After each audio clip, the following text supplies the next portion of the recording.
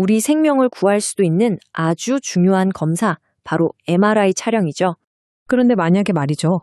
이 꼭 필요한 검사에 쓰이는 어떤 물질이 우리 몸에 계속해서 쌓일 수 있다면 어떨까요? 네, 맞습니다. 오늘 이야기는 바로 이겁니다. 수십 년 동안 MRI를 더 선명하게 보기 위해 써왔던 물질에 숨겨진 잘 알려지지 않은 위험성이죠. 자, 그럼 문제의 핵심으로 바로 들어가 보죠. 모든 논란의 중심에 있는 이 물질, 바로 가돌리늄입니다. 이 가돌리늄이라는 건요, MRI 영상의 퀄리티를 정말 드라마틱하게 끌어올려줍니다. 그래서 오랫동안 전 세계적으로 거의 필수품처럼 여겨졌어요. 진단의 정확도를 높이는데 결정적인 역할을 해온 거죠. 하지만 이 엄청난 효과 뒤에는 그림자가 있었습니다. 특히 신장이 약한 환자들한테는 정말 심각한 부작용이 보고되기 시작했고요. 심지어 건강한 사람의 뇌나 다른 신체 조직에도 이 가돌리늄에 쌓일 수 있다는 우려가 제기된 겁니다. FDA나 유럽의약품청 같은 규제기관들이 계속 경고를 보내면서 시장은 이제 정말 절실하게 더 안전한 대안을 찾기 시작했습니다. 그렇다면 이 위험한 중금속을 대체할 물질은 대체 어디서 찾아야 할까요? 놀랍게도 그 해답은 우리 몸에 아주 친숙한 성분, 바로 철에서 나왔습니다. 2018년에 설립된 인벤테라가 바로 이 패러다임 전환의 선두에 선 기업입니다. 아이디어는 어떻게 보면 아주 간단하고 강력해요. 중금속인 가돌리늄 대신에 우리 몸에 꼭 필요한 성분인 철을 쓰자 이거죠. 물론 철을 조영제로 쓰려는 시도가 처음은 아니었어요.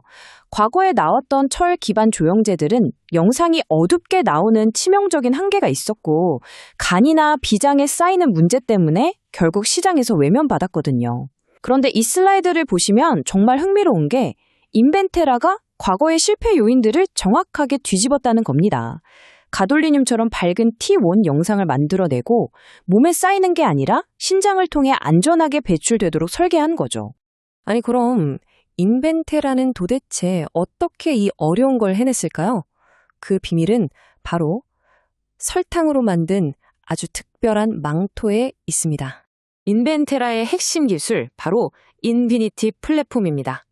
아주 작은 철 나노 입자를요, 특수한 다당류, 그러니까 일종의 설탕 성분으로 싹 코팅하는 기술이에요.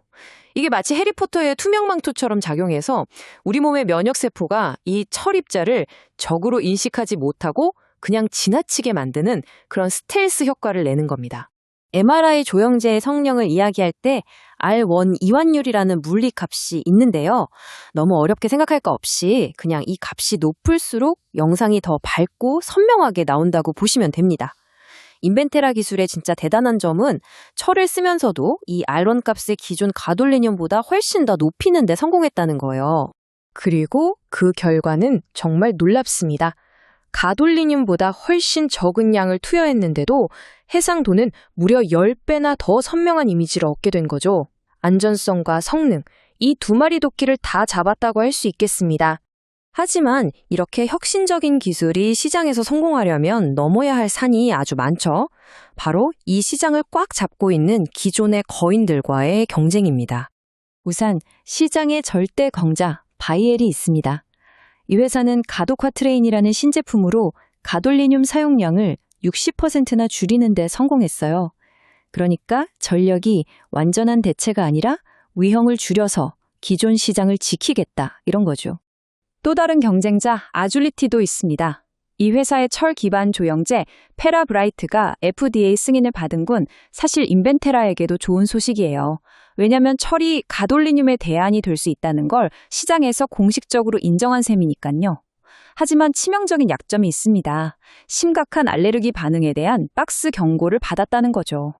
자, 이 표를 보시면 지금 경쟁 구도가 한눈에 싹 들어옵니다.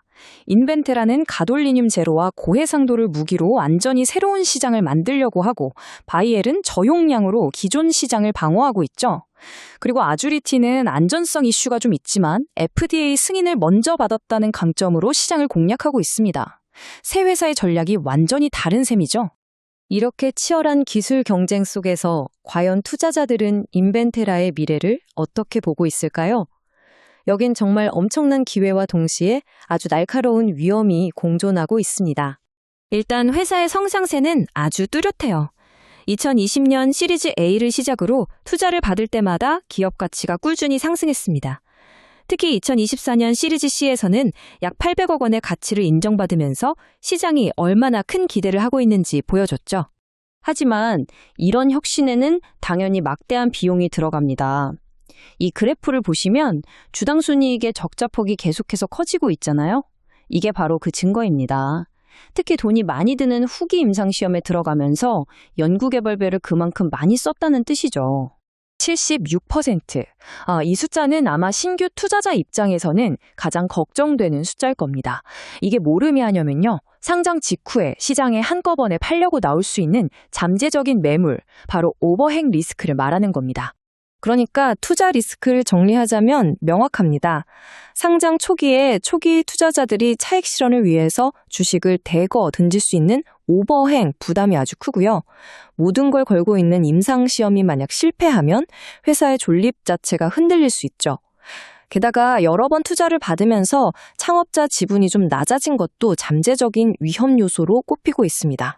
그렇다면 이런 위험들을 다 알고도 왜 시장은 인벤테라에 이렇게 주목하는 걸까요? 그건 바로 이 회사가 단순히 제품 하나를 만드는 게 아니라 아예 진단 기술의 새로운 플랫폼을 만들고 있기 때문입니다. 바로 이 슬라이드가 그 비전의 핵심을 보여줍니다. 지금 3상 시험 중인 관절 조영제를 시작으로 암 수술 후 환자들을 위한 림프계 조영제, 그리고 정말 획기적인데 고통스러운 내시경을 대체할 수 있는 먹는 최담관 조영제까지, 이건 그냥 가돌리늄 대체제가 아니라 지금까지 진단이 어려웠던 새로운 영역을 개척하는 플랫폼 기술이라는 뜻입니다.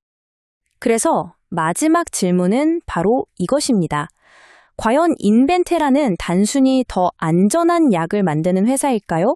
아니면 그들의 기술이 우리 몸속을 들여다보는 방식을 근본적으로 바꾸고 질병 진단의 새로운 시대를 여는 열쇠가 될 수 있을까요? 그 답은 앞으로 남은 임상시험과 시장의 평가에 달려있을 겁니다. 들어주셔서 감사합니다. AI도 실수는 있습니다. 주식 투자 선택, 결정, 책임은 본인이 집니다. 절대로 묻지마 투자 금지, 몰빵 투자 금지, 신중한 결정을 하세요. 구독과 좋아요는 돈으로 돌아옵니다. 감사합니다.